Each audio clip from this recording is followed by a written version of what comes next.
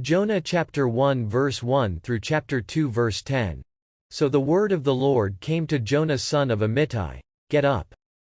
Go to Nineveh, the great city, and preach against it, for its people's evil way has come up before me. But Jonah set out to flee to Tarshish, away from the presence of the Lord. He went down to Joppa and found a ship going to Tarshish. He paid the fare and boarded the ship to go with them to Tarshish, away from the presence of the Lord. But the Lord hurled a great wind onto the sea, and there was such a great storm on the sea that the ship was about to break apart. The sailors were afraid, and each one cried out to his gods. They threw the ship's cargo into the sea to lighten the ship's load. Jonah had gone down into the hold of the ship. He was lying down and sleeping soundly. The captain approached him and said, How can you be sleeping so soundly? Get up and call on your God. Maybe your God will treat us with favor so that we will not perish. Then the sailors said to each other, Come on, let's cast lots so that we can find out whose fault it is that this disaster has come to us. So they cast lots, and the lot fell on Jonah. So they said to him, Please tell us whose fault it is that this disaster has come to us. What is your occupation? Where do you come from? What is your country? What people are you from? He answered, I am a Hebrew, and I fear the Lord, the God of heaven, who made the sea and the dry land. Then the men were terrified and said to him, What have you done?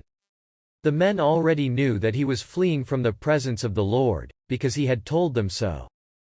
Then, because the storm on the sea kept getting worse, they said to him, What should we do to you, to quiet the sea that is raging against us? He said to them, Pick me up and throw me into the sea. Then the sea will calm down for you, for I know that this violent storm striking against you has come about because of me.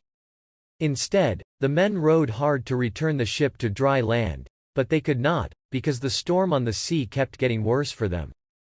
So they cried out to the Lord and said, Please, Lord, please do not let us perish because of this man's life, and do not charge innocent blood against us, for you, Lord, have done as you pleased.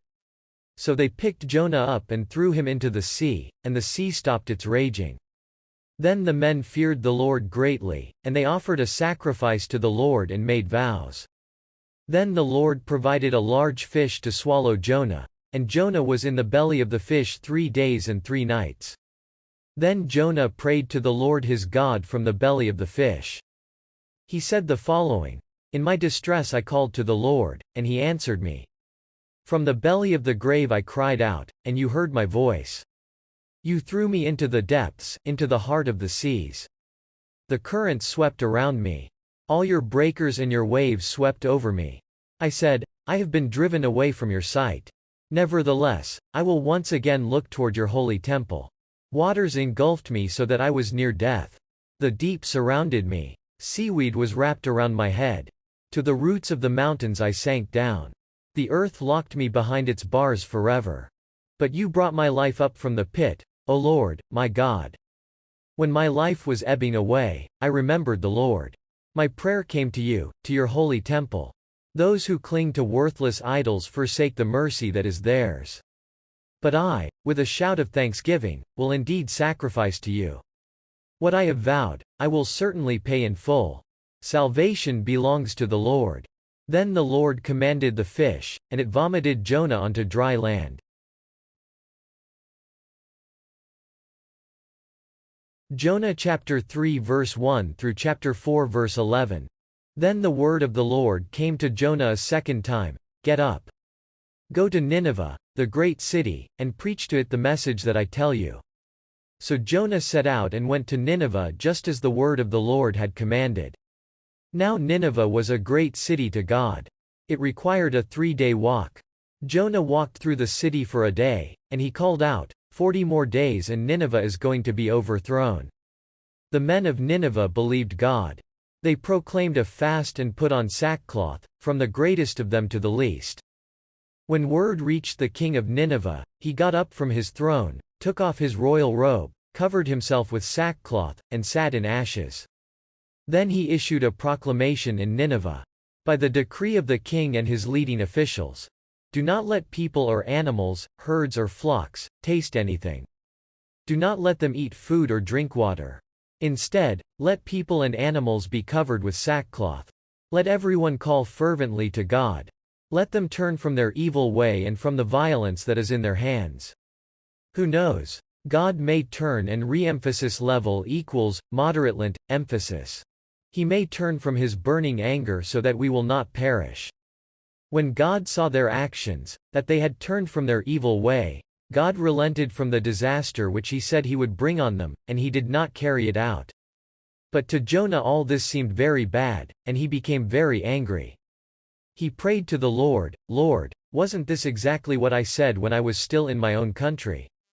That is why I previously fled to Tarshish, because I knew that you are a gracious and merciful God, slow to anger and abounding in mercy, and you re-emphasis level equals, moderate emphasis from sending disaster. So now, Lord, please take my life from me, for it is better for me to die than to live." But the Lord replied, "Is it right for you to be angry?" Jonah went out of the city and sat down east of the city. He made a shelter for himself there and sat in the shade under it, waiting to see what would happen in the city. Then the Lord God provided a plant and made it grow up over Jonah to provide shade over his head, to relieve him from his discomfort. So Jonah was very happy about the plant. But at dawn the next day God provided a worm, and it attacked the plant so that it withered. When the sun rose, God provided a scorching east wind. The sun beat down on Jonah's head so that he grew faint. He wanted to die, so he said, "It is better for me to die than to live." But God said to Jonah, "Is it right for you to be angry about the plant?" Jonah said, "I do have a right to be angry, angry enough to die." So the Lord said, "You have been concerned about this plant. You did not work for it or make it grow. It grew up in one night and perished after one night. So should I not be concerned for Nineveh, the great city, in which there are more than 120,000 people who do not know the difference between their right hand and their left, and also many animals?"